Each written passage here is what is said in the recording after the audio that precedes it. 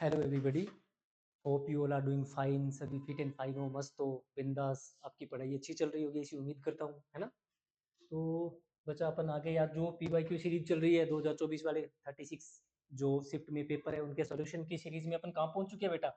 11 सितंबर 2024 third shift है ना। तो इसका मतलब अपन 9वें पेपर में आ चुके हैं। तो अपनी पेन कॉपी जल्दी से निकालिएगा, नोट्स बनाइएगा और मैं आपको लेके चलता हूँ क्वेश्चन नंबर 1 पे, ठीक है। तो बच्चा अपना फर्स्ट क्वेश्चन देखते हैं क्या है भाई। अपना फर्स्ट क्वेश्चन है बेटा कि select the most appropriate synonym of the bold word in the following sentence. कोई एक वर्ड को क्या कर रखा है बेटा, बोल्ड कर रखा है ना, बोल्ड कर रखा है और हमें उसका क्या बनाना है भाई, सिनोनिम बताना है। तो his eloquent speech always persuades people to work for their betterment, है ना। तो बेटा इसने बोल्ड तो नहीं कर रखा, चलो अपन आइडिया लगाते हैं, देखते हैं क्या दे रखा है। वेग का मतलब हो गया धुंधला, अनक्लियर, ठीक है। इनआर्टिकुलेट, आर्टिकुलेट और शॉर्ट, शॉर्ट का मतलब तो आपको पता ही है, लॉन्ग का उल्टा।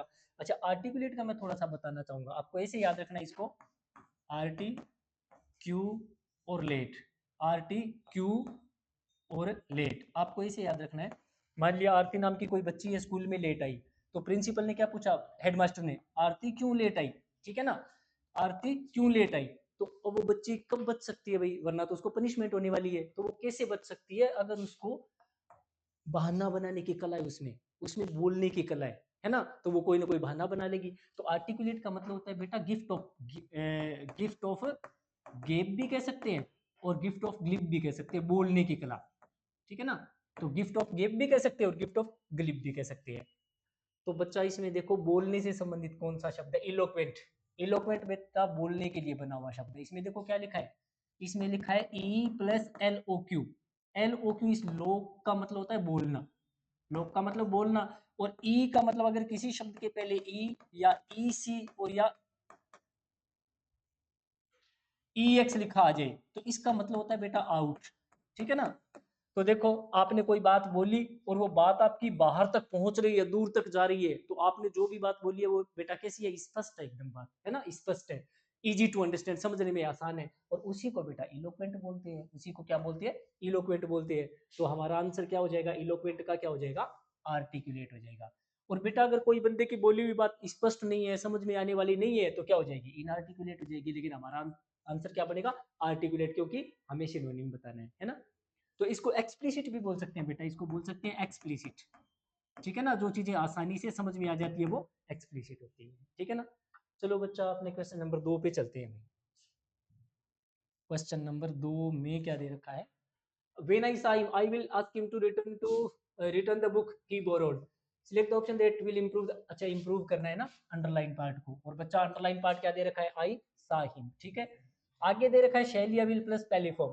अगर बच्चा एक भाग में will या shall और इसके साथ क्या दे रखा हो, वर्ब की फर्स्ट फॉर्म दे रखी हो, तो बच्चा जो इफ या वेन वाला पार्ट होगा, इफ या वेन वाला पार्ट होगा, उसमें बच्चा प्रेजेंट इंडेफिनाइट आएगा। कौन सा टेंस आएगा, प्रेजेंट इंडेफिनाइट। और प्रेजेंट इंडेफिनाइट का मतलब आप समझ गए, या तो वर्ब की पहली फॉर्म आएगी और या वर्ब की पहली फॉर्म यस या ईएस आएगा। और अगर नेगेटिव सेंटेंस है तो डू नॉट या डज नॉट भी आ सकता है। तो बच्चा ये वाला पार्ट हमारा गलत हो जाएगा, क्योंकि यहाँ पर इसने क्या दे रखा है, सा, और होना क्या चाहिए था, यहाँ पे सी होना चाहिए था, पहली फॉर्म होनी चाहिए थी।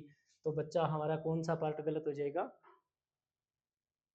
आई सा हिम, आई सा हिम की जगह अच्छा सही करना है ना, इंप्रूव करना है तो सी हो जाएगा, फिर इंप्रूव करेंगे तो सी हो जाएगा, फिर पहली फॉर्म बन जाएगी, है ना। ये हो जाएगा बेटा। चलो देखते हैं अभी क्वेश्चन नंबर 3 में क्या दे रखा है। क्वेश्चन नंबर 3 में क्या दे रखा है, select the most appropriate meaning of the given idiom. Idiom क्या दे रखा है, ए डाइम अ डजन। बेटा जैसे अपने यहाँ पर पैसा होता है ना, पैसा, वैसे यूरोपियन कंट्रीज में, कुछ कंट्रीज में डाइम होता है, डाइम, और डाइम होता है लगभग 10 पैसे, डाइम होता है लगभग 10 पैसे। अपने यहाँ के 10 पैसे है, वैसे वहां डाइम होता है। बेटा अगर मुझे बताओ एक 10 पैसे में आपको एक दर्जन चीजें मिल जाए, एक दर्जन चीजें मिल जाए, तो बताओ वो चीज बहुत ज्यादा कोई खास होगी या आम चीज होगी, कोई बहुत ज्यादा इंपॉर्टेंट है कि नहीं है। तो क्या मतलब हो जाएगा, fair trade, very wealthy, something common and not special, यानी कोई चीज बहुत ही कॉमन है और नॉट स्पेशल, कोई ज्यादा स्पेशल भी नहीं है, इसीलिए तो वो इतनी सस्ती है ना। अच्छा फेयर ट्रेड होता, फेयर ट्रेड की जगह डील भी कह सकती है। अगर कोई फेयर डील है तो मतलब आप उसमें बेईमानी कर रहे हो या ऑनेस्ट हो, एकदम उस डील में ऑनेस्ट होना। वेरी वेल्दी का मतलब बहुत धनवान होना। और वेराइटी ऑफ एमिनिटीज, एमिनिटीज का मतलब होता है फैसिलिटीज, बेटा एमिनिटीज का मतलब होता है फैसिलिटीज, आप किसी होटल वगैरह में या कहीं भी रहते हो और अगर आपको वहां पर फैसिलिटीज मिलती है ना, उसको एमिनिटीज बोलते हैं, जो आपको आपके लिए ईज करती है, जो चीजें आपके लिए ईज बना देती है, रहना वहां पर आसान कर देती है, उसको एमिनिटीज बोला जाता है। तो आंसर क्या हो जाएगा बेटा हमारा, ये हो जाएगा, ठीक है ना। चलो बच्चा क्वेश्चन नंबर 4 में क्या दे रखा है देखते हैं। क्वेश्चन नंबर 4 में क्या दे रखा है, select the correctly spelled word to fill in the blank. हमें करेक्ट वर्ड पकड़ना है इनमें से, है ना। तो इस ये तो बेटा स्पेलिंग वाला, ये तो स्पेलिंग वाला ही है, इसमें स्पेलिंग सही कौन सी है, ज्यादा पढ़ने की भी जरूरत नहीं है। तो ये क्यूलिनरी होता है बेटा, है ना। क्यूलिनरी, क्यूलिनरी कौन सी आर्ट होती है भाई, भोजन पकाने की। शेफ है तो कौन हो गए, जो भोजन पकाते हैं, कहाँ पर वर्ल्ड में आर फेमस फेमस होते हैं, बिकॉज ऑफ देयर स्किल। उनके अंदर किसकी स्किल होती है, भोजन पकाने की। तो बेटा भोजन पकाने की कला को क्यूलिनरी बोलते हैं, ठीक है ना। चलो देखते हैं अभी क्वेश्चन नंबर 5।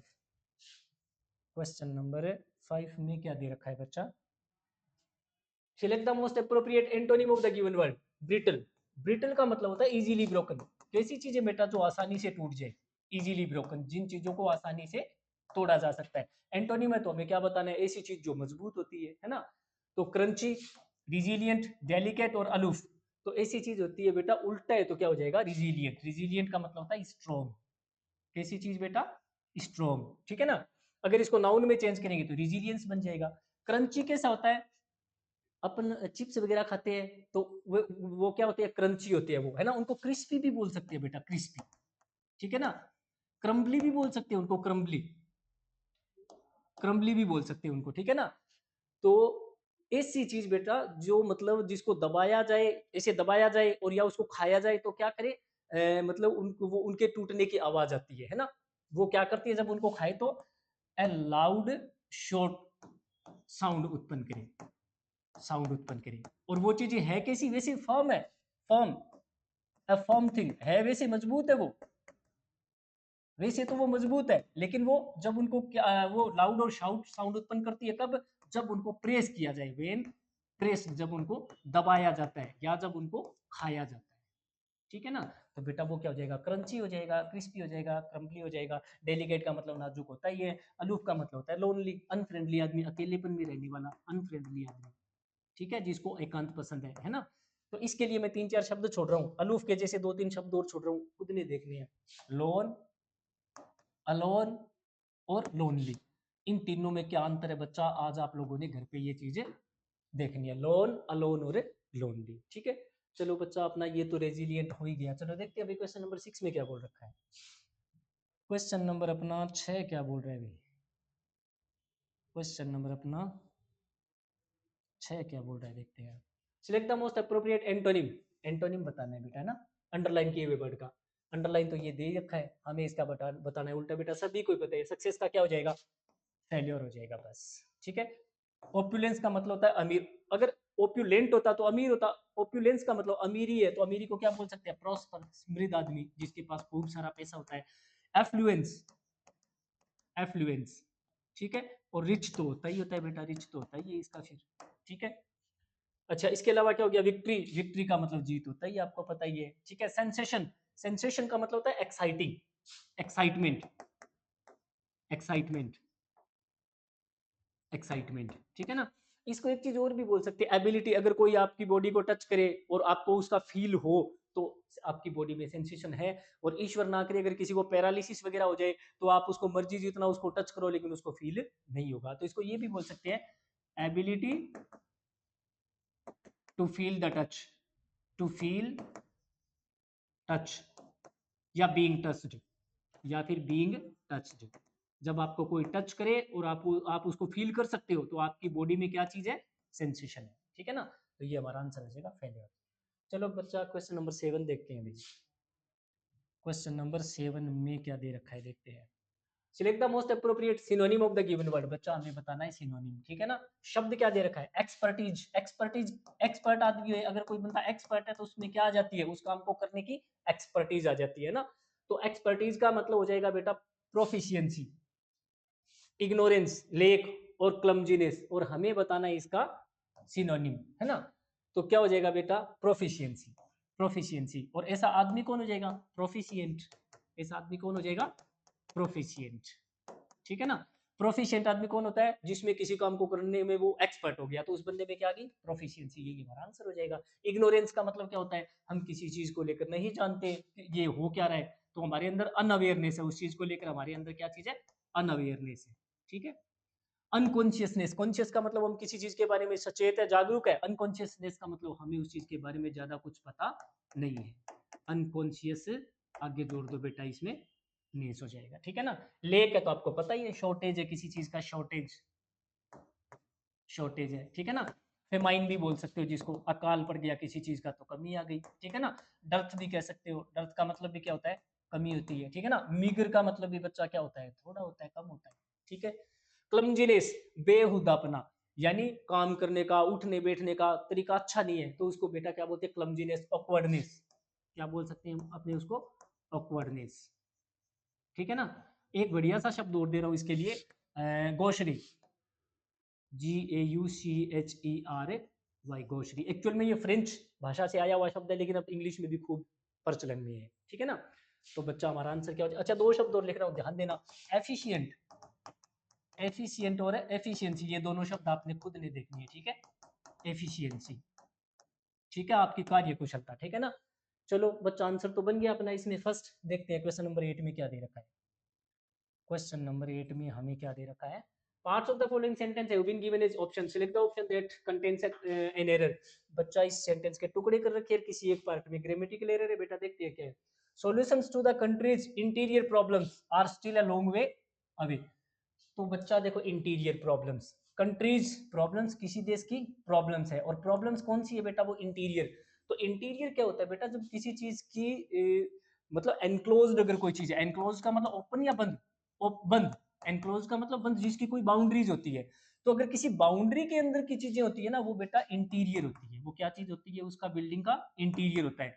और जैसे कोई बिल्डिंग है और है, तो उसका बाहरी होता है, वो क्या होता है? एक्सटीरियर होता है। वो उसका क्या होता है? एक्सटीरियर। तो आप समझ गए ना, इंटीरियर और एक्सटीरियर के लिए क्या जरूरी है? बाउंड्री होना जरूरी है। ठीक है ना। लेकिन कोई देश की आंतरिक समस्याएं हैं, तो बेटा वो उसकी कोई समस्याओं की बाउंड्री थोड़ी ना होती है, बाउंड्री कोई बिल्डिंग के जैसी थोड़ी ना होती है। तो हमें क्या बोलना पड़ेगा? इंटरनल, उसको बोलते हैं इंटरनल। और बाहरी है तो एक्सटर्नल। ठीक है ना। एक्सटर्नल अफेयर्स मिनिस्ट्री, तो वो कौन से मामले संभालती है? इंडिया से बाहर के विदेशों के साथ। और इंटरनल अफेयर्स कौन से होती है बेटा? जो देश के अंदर के मामले, आंतरिक मामले है ना। तो प्रॉब्लम्स क्या होगी बेटा? वो इंटरनल होगी। तो इसलिए इसमें कहाँ गड़बड़ हो गया हमारा? और स्टिल इंटीरियर, ये रहा, ये इंटीरियर है, तो बेटा ये गलत हो जाएगा। ठीक है। चलो बच्चा, क्वेश्चन नंबर 9 देखते हैं भाई। क्वेश्चन नंबर 9 में हमें क्या दे रखा है, चेक किया जाए। In the following sentence, four words are underlined, out of which one word is misspelled. कोई एक शब्द है जिसको बेटा मिसस्पेल्ड कर रखा है, टम्बलर और कंटेनर, और क्या दे रखा है? क्वेंच, और एक दे रखा है ऑफर्ड। ऑफर्ड को बेटा मैं पहले ही सही मान लेता हूँ, क्योंकि ऑफर तो दे ही रखा है इसने, ऑफर तो है ही। बच्चा इसमें ईडी जोड़ दिया तो गुड हो गया। कंटेनर को मैं सही बना देता हूँ, क्योंकि कंटेन, CONTAIN, कंटेन, और कोई बर्तन है तो कंटेन करने वाला है, तो वो कंटेनर हो जाएगा। कंटेन का मतलब किसी चीज, किताब के डब्बे के, बर्तन के अंदर को, अंदर जो चीजें होती है वो कंटेन होती है, तो डिब्बे को क्या बोलेंगे? कंटेनर बोलेंगे। ठीक है ना। अच्छा रह गया क्वेंच। क्वेंच का स्पेलिंग बेटा गलत है। ये क्वेंच का स्पेलिंग होता है QUENCH, क्वेंच। और एक होता है क्वेल्च, QUELCH, क्वेल्च। इनका मतलब होता है शांत करना, प्यास आदि को शांत करना, बुझाना, तो उसको बोलते हैं क्वेंच। ठीक है ना। अच्छा, आग बुझाना है तो क्वेंच नहीं कह सकते, उसको एक्सटिंग्विश बोलेंगे। एक्सटिंग्विश। अगर आग को बुझाना है तो क्या बोलेंगे? एक्सटिंग्विश। इसलिए जो आग बुझाने वाले यंत्र होते हैं उनको क्या बोलते हैं? Extinguisher, fire extinguisher. ठीक है ना। टम्बलर है ये, ठीक है बेटा, इसका मतलब गिलास होता है, गिलास, टम्बलर। ये हो गया TUMBL, टम्बल, और आगे इसने क्या जोड़ दिया? आर जोड़ दिया, तो टम्बलर बन जाएगा। तो बेटा कौन से पार्ट में गड़बड़ी है अपनी? गड़बड़ी है इस पार्ट में, है ना। तो ये तो बी पार्ट हो गया अपना, है ना।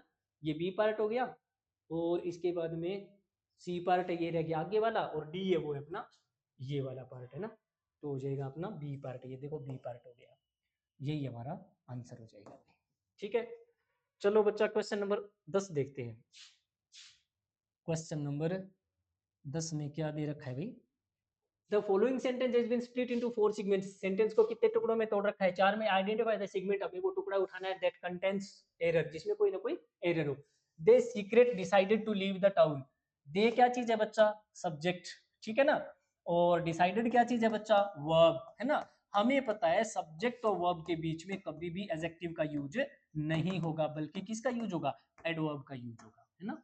और जिसमें सीक्रेट है तो हमें इसको क्या बनाना पड़ेगा, सीक्रेट को फिर सीक्रेटली क्या बनाना पड़ेगा, इसका क्या बनाना पड़ेगा हमें, सीक्रेटली, सीक्रेटली,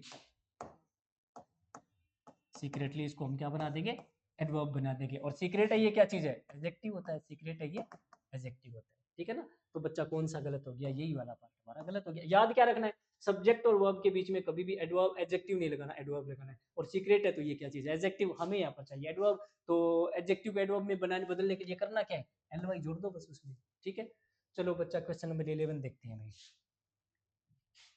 क्वेश्चन नंबर 11 में क्या दे रखा है, select the most appropriate option to substitute the underline segment. अच्छा कोई सेगमेंट है उसको अंडरलाइन कर रखा है, ये देखो, ठीक है। और हमें क्या करना है, गिवन सेंटेंस में इसको मोस्ट अप्रोप्रिएट ऑप्शन बताना है, इसका सबसे अच्छा ऑप्शन कौन सा बन सकता है। तो ब्लेम करना फॉर द मिस्टेक्स, गलतियों के लिए, ऑफ अदर्स, दूसरों की गलतियां हैं और ब्लेम किसी और को किया जा रहा है, तो हम क्या बना रहे हैं उसको, मेड ए सेवेज, सेवेज का मतलब तो जंगली होता है, ठीक है ना। ब्रूट, इसको अपन बोल सकते हैं ब्रूट, इसको बोल सकते हैं अपने फेरल, फेरल, फेरल, ठीक है ना। मेड ए स्केपगोट यही होता है बेटा, बलि का बकरा, मेक ए स्केपगोट का मतलब ही क्या होता है, बलि का बकरा, बलि का बकरा बना देना, तो यही हमारा आंसर हो जाएगा। स्पिंस्टर किसका उल्टा होता है, बैचलर का। अगर आदमी, अगर कोई लड़की अगर अविवाहित है तो वो क्या होती है, अनमेरिड होती है, उसको क्या बोल सकते हैं, अनमेरिड। और मेड, उसको क्या बोल सकते हैं, मेड। लेकिन अगर कोई ज्यादा उम्र की औरत है, जैसे 35 37 40 साल की, और वो अनमेरिड है, तो उसको बेटा स्पिंस्टर बोलते हैं, स्पिंस्टर, ठीक है ना। ये हो जाएगा। सेप्टिक है तो मतलब क्या हो जाएगा, किसी चीज पे डाउट करना, सेप्टिक, ठीक है। तो आंसर क्या बन जाएगा बच्चा अपना, स्केपगोट हो जाएगा। अच्छा अगर आदमी अनमेरिड होता है तो उसको क्या बोलते हैं, बैचलर बोलते हैं, ठीक है ना। औरत अगर अनमेरिड है तो क्या हो जाएगी, स्पिंस्टर हो जाएगी, ठीक है। चलो भाई देखते हैं क्वेश्चन नंबर 12। क्वेश्चन नंबर 12 में क्या दे रखा है, sentence of a paragraph are given below in jumbled order, para jumble आ गया बेटा, ठीक है ना। तो अपने पास ए बी सी डी ये 4 ऑप्शन, अब इनको हमें प्रॉपरली, हमें इसको प्रॉपरली सीक्वेंस में जमाना है ना। तो a big fancy dress ball was arrange to celebrate their homecoming, ठीक है ना। अब इस देयर का यूज किसके लिए हो रहा है, ये थोड़ा हमें देखना पड़ेगा। It must have been a terrible shock for a young girl, एक यंग लड़की के लिए एक शौक था। दे, अब इसी दे के लिए क्या हो जाएगा, फिर इस देयर का यूज हो रहा है भाई, है ना। They had been married a month, उनकी शादी को महीना हुआ था, जस्ट होम, और वो अभी घर से निकले हैं, घर पहुंचे, घर से निकले हैं, फ्रॉम हनीमून, फ्रॉम हनीमून, कहां से, हनीमून से। तो इसका मतलब वो हनीमून से लौट आए हैं, और अब आ कहाँ गए हैं, होम आ गए हैं। वो कहां पर आ गए, होम पे पहुंच गए हैं, ठीक है ना। इसके बाद में just the guests were starting to arrive, जैसे जैसे मेहमान स्टार्ट कर चुके अराइव करना, चार्ली लॉक्ड हिमसेल्फ, चार्ली नाम का लड़का है, उसने अपने आप को लॉक कर लिया इनटू हिज बेडरूम में, और उसने क्या कर लिया, शॉट हिमसेल्फ, अपने आप को गोली मार ली।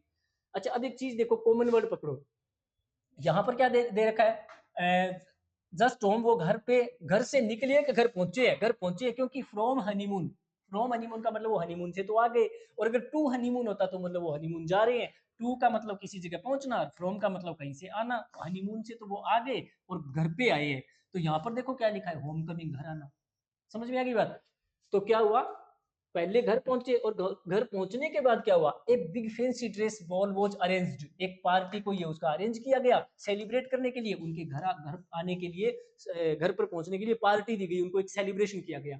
तो बच्चा क्या हो जाएगा अपना, क्या हो जाएगा, सी के बाद में अपना ए जाएगा, है ना। तो सी के बाद में ए वाला ऑप्शन देखो कौन सा है, सी के बाद में ए किसमें दे रखा है, सी के बाद में ए बेटा सिर्फ इसी एक में है, बाकी में सी के बाद में ए नहीं है, सी के बाद में ए नहीं है, तो यही हमारा आंसर हो जाएगा, ठीक है।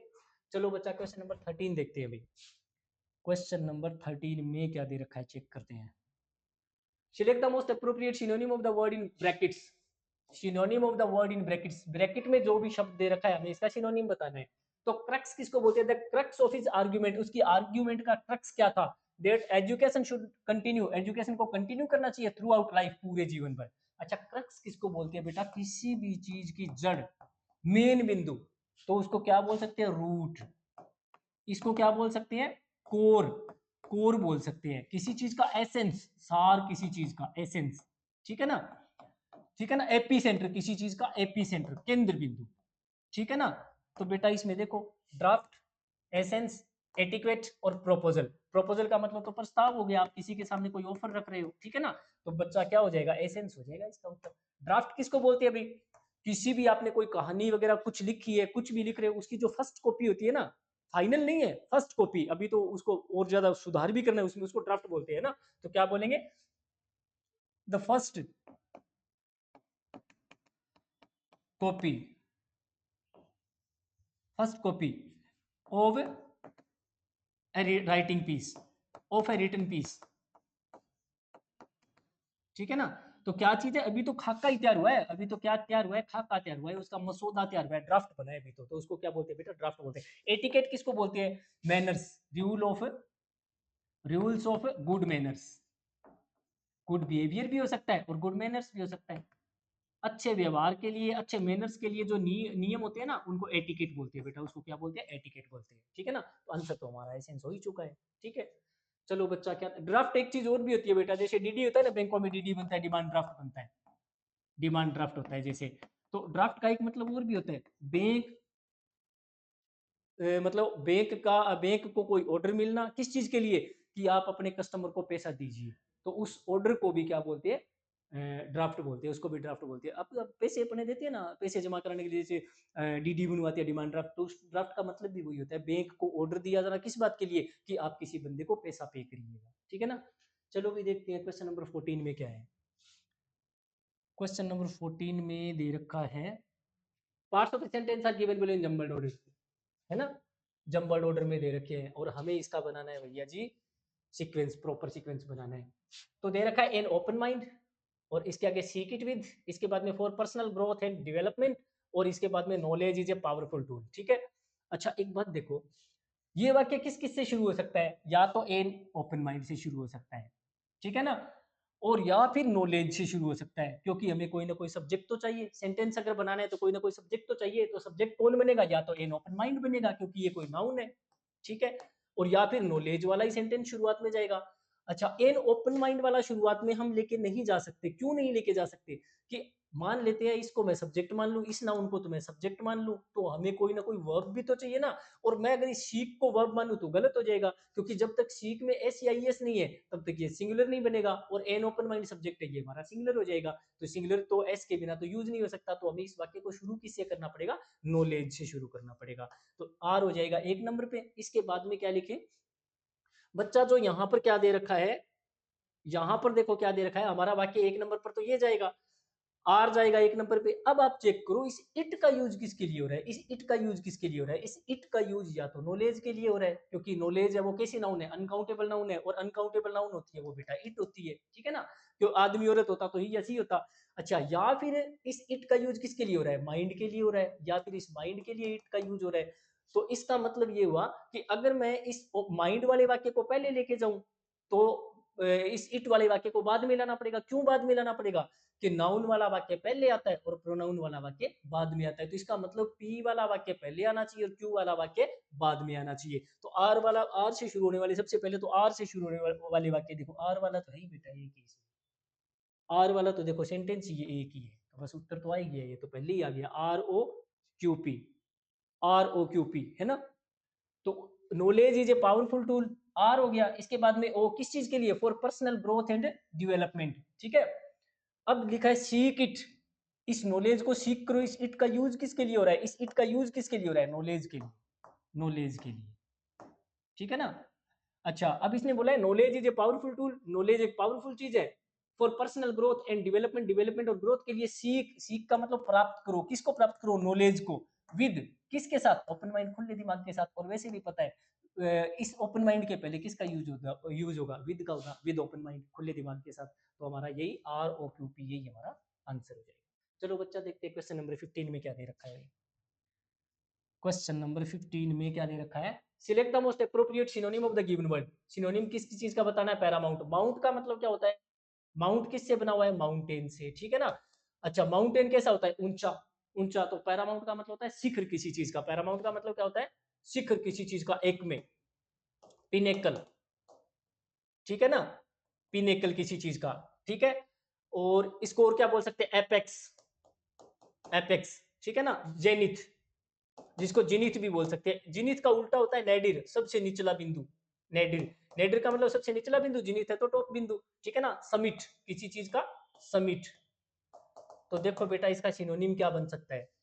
कोलेटरल हो गया, एक तो शब्द दे रखा है कोलेटरल, एक दे रखा है सुप्रीम, एक दे रखा है सुप्रीम, एक दे रखा है ट्रिवियल और एक दे रखा है इन्फीरियर। तो देखो क्या हो जाएगा, सुप्रीम हो जाएगा, क्योंकि सुप्रीम कोर्ट होती है ना, सुप्रीम कोर्ट। सुप्रीम कोर्ट कौन सी है, सबसे ऊंचे वाली कोर्ट, जिसके ऊपर और कोई कोर्ट नहीं है। तो हमारा क्या बन जाएगा बेटा, इसमें सुप्रीम बन जाएगा, ठीक है ना।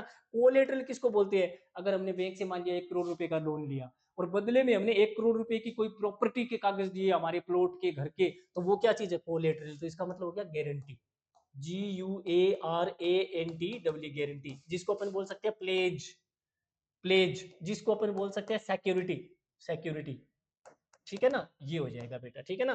ट्रिवियल कैसी चीजें होती है, ज्यादा महत्व नहीं है जिस चीज का, of not much importance, not much importance, ऐसी चीजें जिनका कोई बहुत ज्यादा महत्व नहीं है, उसको क्या बोलती है बच्चा, उसको बोलते हैं ट्रिवियल, ठीक है ना। इसको अपन ट्राइफल बोल सकते हैं, ट्राइफल, ट्राइफल, जिसको अपन ट्राइफलिंग्स भी बोल सकते हैं, ट्राइफलिंग, तुच्छ बातें, ट्राइफलिंग्स, इसका मतलब होता है तुच्छ बातें, छोटी छोटी बातें जिनका कोई बहुत ज्यादा महत्व नहीं होता। इनफीरियर कैसी चीज होती है भाई, इनफीरियर, घटिया चीजें, कोई जिनकी कोई क्वालिटी और स्टेटस ज्यादा अच्छा नहीं होता, ठीक है ना। Of low quality, of low quality भी हो सकती है, स्टेटस भी लो हो सकता है, स्टेटस भी लो हो सकता है, और रैंक भी हो सकती है लो, है ना। तो उसको बोलते हैं इन्फीरियर। और लो की जगह बेटा हाई होता तो क्या बना देते हैं, इन्फीरियर का उल्टा क्या बना देते, सुपीरियर बना देते। फिर इसका हमें क्या बनाना पड़ता, फिर हमें इसका सुपीरियर बनाना पड़ता। अगर वो हाई क्वालिटी होती तो सुपीरियर होता, और घटिया क्वालिटी है तो बेटा लो इन्फीरियर हो जाएगा फिर। चलो ठीक है भाई, आंसर तो अपना सुप्रीम बन चुका है इसमें, है ना। चलो बच्चा क्वेश्चन नंबर 16 देख लेते हैं। क्वेश्चन नंबर 16 में क्या दे रखा है, select the option that can be used one word substitute. हमें बताना है वन वर्ड सब्स्टिट्यूट, है ना, किसका, of the given group of words, जो हमें शब्दों का समूह दे रखा है उसकी जगह। तो फेलिंग, कामयाब होना, ना कामयाब हो जाना, फेल है तो ना कामयाब हो जाना, किसका, हमें give proper care, proper care देने में और अटेंशन देने में। जब हम किसी को प्रॉपर केयर नहीं दे पाते, प्रॉपर अटेंशन नहीं दे पाते, तो हम उस मामले में क्या है, कोशिश थोड़ी ना है। कोशिश का मतलब तो अलर्ट होता है, कोशिश का मतलब तो अलर्ट और अवेयर होता है, जबकि हम अवेयर तो नहीं है, क्योंकि हम तो फेल हो रहे हैं अटेंशन देने में, ठीक है ना। वाइल्ड, वाइल्ड को जंगली, जंगली जो कहाँ रहा हुआ है भाई, living and growing, living and growing, जो रह रहा है और ग्रो कर रहा है कहां पर, in natural conditions, natural condition में, घरों में नहीं, नेचुरल कंडीशन में, तो उसको बेटा वाइल्ड बोलते हैं, नेचुरल कंडीशन। इसको अपन क्या बोल सकते हैं, ब्रूट, ब्रूट बोल सकते हैं। फेरल, फेरल, अनटेम, टेम का मतलब होता है पालतू बना लेना, टेम का मतलब होता है पालतू बना लेना, तो अनटेम्ड हो जाएगा, ठीक है ना। और जिसको अपन एक शब्द और होता है बहुत बार यूज करते हैं, मेरे दिमाग से निकला, सैवेज, सैवेज जंगली, सैवेज, ये भी बोल सकते हैं, ठीक है ना। लेक्स का मतलब होता है ढीला और शिथिल हो जाना, ढीला पड़ जाना, यानी मतलब ध्यान ना दे पाना, तो इसका आंसर क्या हो जाएगा बेटा, लेक्स हो जाएगा। प्रोविडेंट कैसा होता है भाई, प्रोविडेंट, जो अपने मन ही मन में फ्यूचर के लिए तैयारी कर रहा है, ठीक है ना। एक आदमी जो प्रिपरेशन कर रहा है फ्यूचर के लिए, वो प्रोविडेंट, पीएफ मिलता है ना, गवर्नमेंट कर्मचारी होते हैं और होते हैं, उनको पीएफ मिलता है ना, तो क्या होता है, ये प्रोविडेंट फंड ही तो होता है। तो इसका मतलब होता है इकोनॉमिकल, इसका मतलब क्या बन जाएगा, प्रोविडेंट का मतलब हो जाएगा इकोनॉमिकल, कम खर्चा करने वाला, इकोनॉमिकल। क्यों कम खर्चा क्यों कर रहा है वो, क्योंकि वो फ्यूचर को लेकर सोच रहा है, थ्रिफ्टी, कम खर्चीला, ठीक है ना। और इसको अपन बोल सकते हैं प्रूडेंट, प्रूडेंट आदमी भी कौन होता है, समझदार आदमी। प्रूडेंट का मतलब भी क्या होता है, समझदार है, जो फ्यूचर को लेकर के सोच रहा है पहले से ही, ऐसे आदमी को प्रूडेंट भी बोला जा सकता है, ठीक है बच्चा। तो हमारा आंसर क्या हो जाएगा, लेक्स हो जाएगा। चलो देखते हैं क्वेश्चन नंबर 17 में क्या दे रखा है। क्वेश्चन नंबर 17 में क्या दे रखा है, चेक करते हैं। Select the option that expresses the given sentence in passive voice.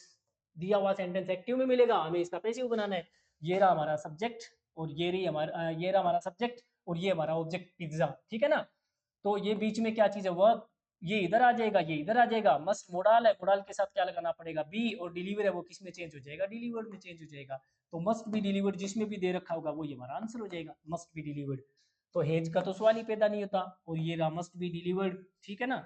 इसमें हेव है और इसमें केन है, तो ये हो ही नहीं सकते बच्चा। आंसर क्या बन जाएगा, pizza must be delivered by him, ये हमारा आंसर हो जाएगा।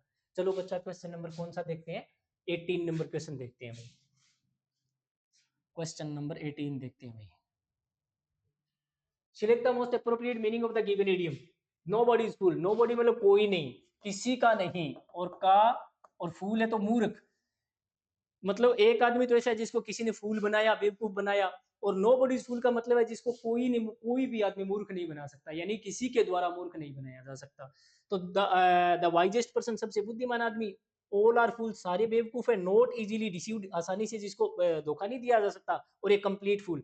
तो क्या हो जाएगा भाई, not easily deceived, the wisest person, all are fools, a complete fool, not easily deceived, ये हो जाएगा बेटा। ठीक है ना, जिस आदमी को धोखा नहीं दिया जा सकता, जिसको कोई बेवकूफ नहीं बना सकता, ये हो जाएगा भाई।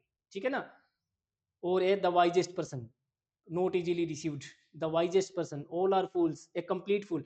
अच्छा, अगर ये ऑप्शन नहीं होता, अगर ये ऑप्शन नहीं होता, तो फिर हमें इसका ये ऑप्शन बनाना पड़ता, द वाइजेस्ट पर्सन बनाना पड़ता, क्योंकि वाइजेस्ट पर्सन का मतलब भी क्या है कि उसको कोई भी आदमी मूर्ख नहीं बना सकता। ठीक है ना, चलो ये हो जाएगा। चलो देखते हैं बेटा क्वेश्चन नंबर 19 में क्या दे रखा है। क्वेश्चन नंबर 19 में क्या दे रखा है, देखते हैं। The letter was being typed by the secretary when the phone rang, और हमें करना क्या है, select the option that expresses the given sentence in active voice। Sentence को किस में दे रखा है, एक्टिव वॉइस में बनाना है हमें। तो दे क्या रखा है, पैसिव दे रखा है। तो देखो वॉज, बीइंग और टाइप्ड, सबसे पहले टाइप्ड का टाइप बनाओ, सबसे पहले तो टाइप्ड का बनाओ टाइप। अब जो बीइंग दे रखा है, बीइंग वाला आईएनजी इसमें जोड़ दो।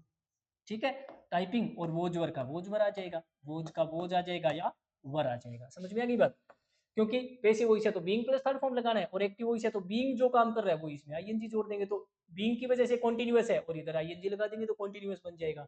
तो जिसमें वोजवर प्लस आईएनजी दे रखा हो वही हमारा आंसर हो जाएगा। तो इसमें तो बेटा टाइप दे रखा है, ये तो गलत हो गया। यहाँ पर वोज टाइपिंग दे रखा है, ये भी ठीक हो गया। इज टाइपिंग तो होगा नहीं, विल टाइप वाला भी सही नहीं होगा, तो वोज टाइपिंग वाला हमारा आंसर हो जाएगा। अच्छा, इसमें वर्ब क्यों नहीं आ सकता, क्योंकि सेक्रेटरी है वो तो सिंगुलर है, अगर यहाँ पर प्लूरल होता तो हमें वोज की जगह वर्ब भी लगाना पड़ सकता था। तो बेटा यही हमारा आंसर हो जाएगा। ठीक है ना, चलो इसके बाद में देखते हैं 20th क्वेश्चन, देखते हैं भाई क्वेश्चन नंबर 20 में क्या दे रखा है, चेक करते हैं भाई। क्वेश्चन नंबर 20 में क्या दिया है, select the option that can be used as one word substitute for the underline group. Underline किया हुआ कोई ग्रुप है, हमें उसके लिए एक शब्द बनाना है। Out of those group members, उन ग्रुप मेंबर के लोगों में से Rohan is the one who opposes others.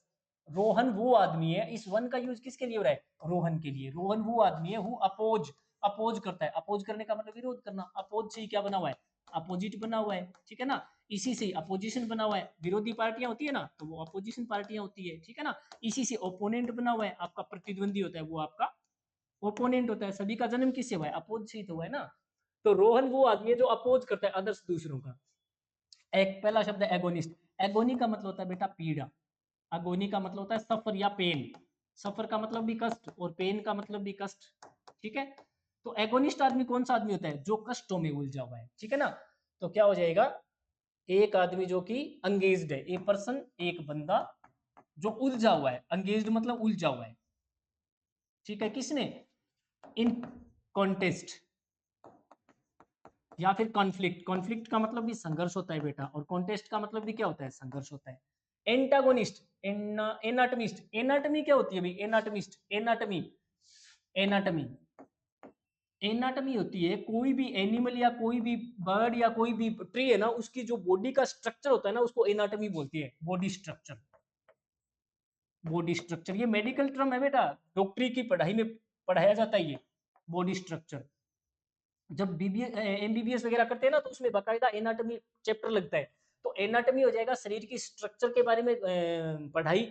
और एनाटमिस्ट कौन हो जाएगा, इसकी पढ़ाई करने वाला, इसका डॉक्टर एनाटमिस्ट कौन होता है, जो एनिमल्स की, ह्यूमन बींग्स के बॉडी स्ट्रक्चर का अध्ययन करता है वो एनाटमिस्ट होती है। एंटागोनिस्ट किसी भी फिल्म का, किसी भी मूवी का, किसी भी नाटक का जो विलन होता है, जो विलन होता है, जो विलन होता है, जिसका काम ही क्या है, हर चीज में विरोध करना, जिसका काम ही क्या है, हीरो के हर काम में अड़ंगा डालना। प्रोटागोनिस्ट होता है बेटा वो किसी भी चीज का हीरो, किसी भी चीज का हीरो, किसी भी नाटक का, किसी मूवी का जो मुख्य पात्र है ना, मेन पात्र है ना, वो प्रोटागोनिस्ट होता है। और जो हर चीज पर इसका विरोध करता है वो एंटागोनिस्ट होता है। तो हमारा आंसर क्या बन जाएगा, एंटागोनिस्ट बन जाएगा। ठीक है ना, चलो बच्चा देखते हैं क्वेश्चन नंबर 21। क्वेश्चन नंबर 21 में क्या दे रखा है, देखते हैं भाई। कॉम्प्रिहेंशन दे रखा है बेटा, क्लोज टेस्ट आ गया, क्लोज टेस्ट आ गया तो इसका मतलब पांचों के पांचों 21 से लेकर 25 तक क्वेश्चन है वो हमें इसी के अंदर मिल जाएंगे ना। तो now we have mister X as the president of India. Mister X कोई आदमी है, वो प्रेसिडेंट ऑफ इंडिया है, it has come as a surprise, it has come as a surprise, ये एक सरप्राइज के रूप में आया है, किन के लिए? एसटी के लिए, शेड्यूल ट्राइब्स के लिए, है ना। तो जब कम लिखा है यहाँ पे, यहाँ पर क्या लिखा है? कम। तो कम के साथ या तो टू होता है, और या कम के साथ है फ्रॉम होता है। कम टू, अगर कोई चीज कहीं पर पहुंच रही है तो कम टू कर रही है, जैसे आई कम टू स्कूल, मैं स्कूल आता हूँ कितने बजे? 10 AM। I come to institute at 9 AM, 10 AM, जो भी है। और अगर मैं यहाँ से छोड़ के निकल रहा हूँ इसको, तो come from, I come from institute eight 4 PM या 5 PM या 6 PM, जो भी है। तो अब हमें ये पता लगाना है कि ये सरप्राइज इन लोगों से निकल रहा है या ये सरप्राइज इन लोगों के पास जा रहा है, मतलब ये सरप्राइज इन लोगों तक पहुंच रहा है ना। तो इट इज कम, ये आया है, क्या चीज है? अब एक मिस्टर एक्स है कोई, और वो प्रेसिडेंट ऑफ इंडिया है, और ये क्या चीज है? सरप्राइज है। और ये सरप्राइज किन के पास पहुंचा है? किन के पास पहुंचा है? शेड्यूल ट्राइब्स के पास। तो पहुंचने के लिए किसका यूज करेंगे भाई? पहुंचने के लिए कम के साथ क्या लगा दो? इसके साथ क्या लगा दो? टू लगा दो। इसके साथ क्या लगा दो? टू लगा दो। चलो बच्चा, अगला क्वेश्चन देखते हैं क्या है। तो it has come as a surprise, ये सरप्राइज के रूप में आया है किनके सामने? टू शेड्यूल ट्राइब्स, एसटी जो वर्ग है उनके लिए एक मिस्टर एक्स का प्रेसिडेंट बनना क्या चीज है? एक सरप्राइज है ना। हु आर, जो है, अब इस हु का यूज किसके लिए हो रहा है अभी? शेड्यूल ट्राइब्स के लिए। इन शेड्यूल ट्राइब्स के लिए किसका यूज हुआ है? हु आर, जो है क्या चीज अभी? Most marginalised groups. मार्जिन का मतलब क्या होता है बेटा? हाशिया। मार्जिन का मतलब होता है हाशिया या कोना। हाशिया और या फिर कोना, किसी कोई पेज होता है उसका एकदम कोना होता है ना, पेज होता है उसका, ये कोना हो गया, ये कोना हो गया, इसको मार्जिन बोलते हैं। तो जब आप किसी आदमी को क्या कर रहे हो? मार्जिनलाइज कर रहे हो। जब आप किसी चीज, किसी आदमी को क्या कर रहे हो? मार्जिनलाइज कर रहे हो। मार्जिनलाइज कर रहे हो तो आप उसको कोने पर रख रहे हो। कोने पर रखने का मतलब आप उसको अनइम्पोर्टेंट बना रहे हो। आप उसको क्या बना रहे हो? अनइम्पोर्टेंट बना रहे हो, ठीक है ना। और आप उस आदमी को पावरलेस बना रहे हो, आप उसको शक्तियां नहीं दे रहे, रेदर आप उनसे, उस बंदे से पावर छीन रहे हो। उसको बोलते हैं मार्जिनलाइज कर देना, है ना। तो क्या हुआ? हु आर, जो है, कौन, इस हु का यूज किसके लिए हो रहा है अभी? ये शेड्यूल ट्राइब्स, जो कि है, क्या है भाई? The most marginalised groups. इधर बहुत सारे ग्रुप्स है और इधर ये एस टी है ना। तो क्या है? जो एस टी है वो क्या चीज है? इन ग्रुप्स के थ्रू है, अमंग है, ऑन टू है, या देयर फोर है? देयर फोर तो इसलिए ये तो होगा नहीं, ठीक है ना। ऑन टू का मतलब होता है एक से दूसरी दिशा में मूव करना, मूवमेंट करना। टूवर्ड्स, इसका मतलब होता है टूवर्ड्स की दिशा में जाना, ठीक है ना, मूवमेंट करना। अच्छा, थ्रू का मतलब होता है में से होकर गुजरना। तो अमंग का मतलब होता है बहुत सारे जनों में से कोई एक चीज का होना, ठीक है ना। जैसे अमंग दीज बॉयज, 20-30 लड़के बैठे हैं, मैं उनमें से बोलूं इनमें से एक जना, तो मैं क्या बोलूंगा? अमंग द बॉयज, है ना। तो यहाँ पर इस हमें किसका यूज करना पड़ेगा? अमंग का। कारण कि जो यहाँ पर ये ग्रुप्स कितने हैं? बहुत सारे हैं। इनमें से कौन है? इनमें से शेड्यूल ट्राइब्स है, ठीक है ना। तो schedule tribes, who are schedule tribes, जो कि है among the most marginalised group, ये इस मार्जिनलाइज्ड ग्रुप में इनमें शामिल है। ऑफ द कंट्री, हमारे देश के जो मार्जिनलाइज्ड बहुत सारे ग्रुप है उसमें से कौन शामिल है? शेड्यूल ट्राइब्स है। चलो बच्चा, आगे क्या दे रखा है? The Adivasi of India, Bharat के आदिवासी हैव बीन सोशली, सामाजिक रूप से, इकोनॉमिकली एंड कल्चरली, उनको क्या किया गया है भाई? इन आदिवासियों को, भारत के आदिवासियों को क्या किया गया है? देखते हैं। इनको क्या किया गया है? मार्जिनलाइज किया गया है, एलिवेट किया गया है, अपलिफ्ट किया गया है। और सेंसर, सेंसर किसको बोलते हैं? कोई भी मूवी, कोई टू डिलीट या रिमूव या कट, डिलीट कर देना, रिमूव कर देना, कट कर देना। ए पार्ट, एक हिस्सा, किस चीज का? ऑफ ए बुक, किसी किताब का या किसी मूवी का, ठीक है ना। किस लिए? That is obscene. वो पार्ट कैसा है? ऑब्सिन है। ऑब्सिन का मतलब क्या हुआ? अश्लील। दैट इज ऑब्सिन, ऑब्सिन का मतलब अश्लील। और या फिर जो कैसा है? ऑफेंसिव। ऑफेंसिव का मतलब लोगों की भावनाओं को आहत करने वाला, घृणास्पद है, ठीक है ना। तो सेंसर का, सेंसर बोर्ड होता है ना, फिल्में वगैरह रिलीज होती है तो उनको पहले कहाँ भेजना पड़ता है? सेंसर बोर्ड में भेजना पड़ता है उनको। तो सेंसर करने का मतलब डिलीट कर देना, रिमूव कर देना, कट कर देना एक पार्ट ऑफ ए बुक और मूवी, किसी बुक का या मूवी का। कौन सा पार्ट? दैट इज ऑब्सिन और ऑफेंसिव, जो पार्ट ऑब्सिन या ऑफेंसिव है तो उसको सेंसर करना बोलते हैं, ठीक है ना। अच्छा, एलिवेट किसको बोलते हैं? उठाना। अपलिफ्ट का मतलब भी, लिफ्ट का, ये देखो यहाँ पर तो लिफ्ट लिखा ही हुआ है, लिफ्ट का मतलब होता है ऊपर उठाना। एलिवेट करने का भी मतलब भी होता है ऊपर उठाना, ठीक है ना। कैसे? एलिवेटर होती है वो सीढ़ियां होती है चलने वाली, वो आपको ऊपर लेके जाती है, इसलिए उनका नाम क्या होता है, एलिवेटर होता है। तो एलिवेट और अपलिफ्ट दोनों का मतलब होता है ऊपर लेके जाना। मार्जिनलाइज का मतलब होता है कमजोर बना देना, हाशिए पर ले जाना। तो अब देखो, आदिवासी ऑफ इंडिया, भारत के आदिवासियों को हैव बीन क्या किया गया है, सामाजिक रूप से, आर्थिक रूप से और कल्चरली हाशिए पर रखा गया है भाई, उनको मार्जिनलाइज किया गया है, उनको पावर थोड़े ना दिया गया है, उनके पावर तो छीने गए है, ठीक है ना। चलो आगे देखते हैं क्या है। डिस्पाइट वेरियस एफर्ट्स के बावजूद, taken by the government of India, Bharat के सरकारों के द्वारा लिए गए प्रयासों के बावजूद, दे आर स्टिल, वे आज भी है अंडर, किसके, किसका प्रभाव है, अंडर का मतलब प्रभाव, उन पर प्रभाव है किस चीज का, एंड के बाद में क्या है, सफरिंग। तो एंड के पहले भी ऐसा ही शब्द होगा, क्योंकि आपको पता है एंड के बाद वाला और एंड के पहले वाला दोनों शब्द सिमिलर होते हैं। अगर बट दे रखा हो तो बट के पहले और बाद वाले दोनों शब्द एक दूसरे के विपरीत होते हैं, उल्टे होते हैं, तो एंड के बाद और पहले वाले सेम होते हैं। तो सफरिंग का मतलब होता है कष्ट, पीड़ा, दुख। तो अब इधर इसके पहले भी दुख जैसा शब्द होगा। तो देखते हैं क्या दे रखे हैं शब्द, क्या क्या दे रखे हैं इसने, इसने शब्द क्या क्या दे रखे हैं भाई।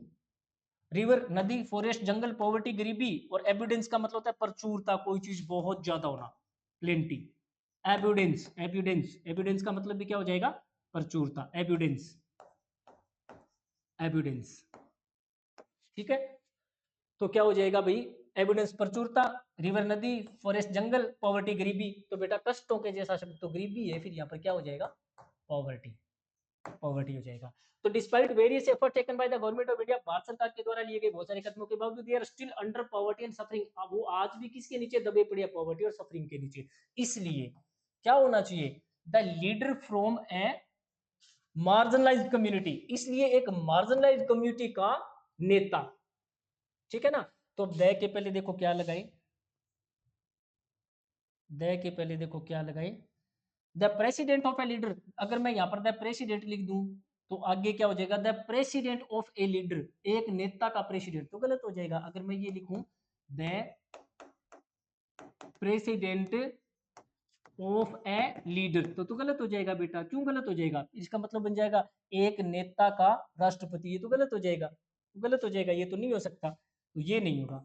रिजेक्शन का मतलब होता है रद्द कर देना, निरस्त कर देना, का मेरा फॉर्म रिजेक्ट हो गया, तो रिजेक्शन, तो बेटा इसमें रिजेक्शन की तो बात ही नहीं हो रही है। एलिवेशन का मतलब होता है किसी को किसी लेवल पर उठा के लेके जाना, अपलिफ्टमेंट करना किसी का, अपलिफ्टमेंट करना, उत्थान करना, ऊपर उठाना किसी आदमी को। एक्सक्लूजन का मतलब होता है बाहर निकाल देना, एक्स का मतलब ही क्या होता है, बाहर निकालना। अगर किसी शब्द के पहले एक्स या एक लिखा होता है, इसका मतलब ही क्या होता है, बाहर निकाल देना। अगर इन लिखा है, इम लिखा है, एन लिखा है और एम लिखा है, तो इसका मतलब होता है शामिल करना, ठीक है ना। तो एक्सक्लूजन तो हो नहीं सकता, तो क्या किया गया, ऊपर उठाया गया है, ठीक है ना। किसको, the elevation of a leader, एक नेता को ऊपर उठाया गया, कहां से, फ्रॉम ए मार्जिनलाइज्ड कम्युनिटी, जो बिल्कुल गरीब कम्युनिटी का है और ग्रुप का है। डज नॉट इंडिकेट, इसका मतलब ये नहीं है that now the entire community will be uplifted, कि इसका मतलब ये नहीं है कि पूरा समाज है वो अपलिफ्ट कर जाएगा। ये देखो अपलिफ्ट लिखा हुआ, यानी कम्युनिटी लिफ्ट नहीं, अपलिफ्ट नहीं करेगी, इसका मतलब नेता को तो अपलिफ्ट किया गया है ना यहाँ पर। तो अपलिफ्ट से बना हुआ शब्द क्या चीज है, एलिवेट है। एलिवेट का मतलब क्या होता है, अपलिफ्ट, इससे पहले वाले में मैंने बताया था ना, अपलिफ्ट और एलिवेट दोनों का मतलब होता है ऊपर उठाना, ठीक है ना। बट अब देखो हाउ एवर है, तो हाउ एवर है तो जो पीछे लिखा है उसका उल्टा है, कि एक नेता को अपलिफ्ट करने से, एक नेता को एलिवेट करने से, गरीब कम्युनिटी के एक बंदे को एलिवेट करने से, इसका मतलब ये नहीं है कि पूरी वो कम्युनिटी है वो अपलिफ्ट कर जाएगी, बट इससे हो क्या जाएगा, this kind of move may bring certain changes in the status of the Adivasi, लेकिन इसे आदिवासियों के स्टेटस में कुछ ना कुछ फर्क, तो कुछ ना कुछ चेंजेस तो जरूर रहेंगे, ठीक है ना। तो बेटा ये हमारा आज का सॉल्यूशन था, अगले पेपर के साथ फिर से मिलते हैं। खुश रहिए, मस्त रहिए, स्वस्थ रहिए।